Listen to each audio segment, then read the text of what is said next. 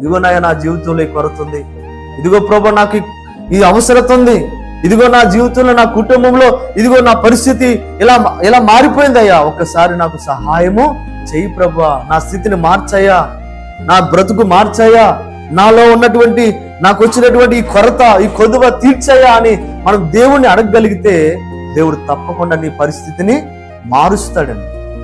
ఆ రోజున మరియ తల్లి యేసు ప్రభు దగ్గరికి వచ్చి అడిగింది, కుమారుణ్ణి అడిగింది. ఏమని అడిగిందంటే, ఈ వివాహంలో కొరత వచ్చిందయ్యా, ద్రాక్షరసం అయిపోయింది, నువ్వేదో ఒకటి చేయాలి.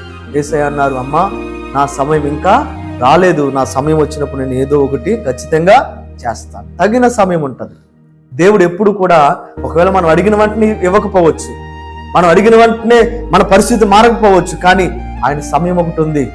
ఆయన సమయం వచ్చినప్పుడు తప్పకుండా ఆయన అద్భుతాన్ని మన జీవితంలో జరిగిస్తాడు. అక్కడ ఉన్నటువంటి రాతి బాణలు అంచుల మట్టుకు నీటితో నింపమని యేసు ప్రభులు వారు అక్కడ ఉన్న పరిచారికులకు చెప్పినప్పుడు అండి, వారు మారు మాట పలకకుండా వెళ్ళి నీళ్లు తీసుకొచ్చి ఆ బాణంలో పోస్తూ ఉన్నారు.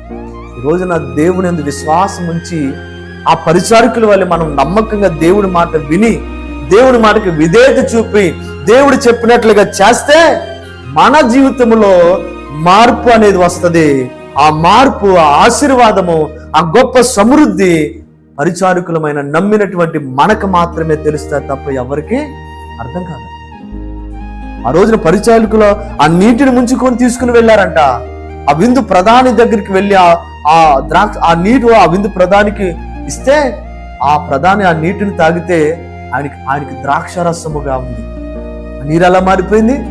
ద్రాక్షరసంగా మారిపోయింది. ఆ విందు ప్రధాని ఆ ద్రాక్షరసం తాగి పెండ్లి కుమారు దగ్గరికి వచ్చాడంట. వచ్చి అంటాడు కదా, ప్రతి వివాహంలో మొదట మంచిదే పోస్తారు, జనులు మొత్తైన తర్వాత చెడ్డ జబ్బు రసం పోసేస్తారు. కానీ నీవైతే మొదట మంచి ద్రాక్ష రసం ఇచ్చావు, చివరగా వచ్చినా సరే ఇది ఇంకా మంచిగా ఉంది అని చెప్పి మెచ్చుకున్నాడంట.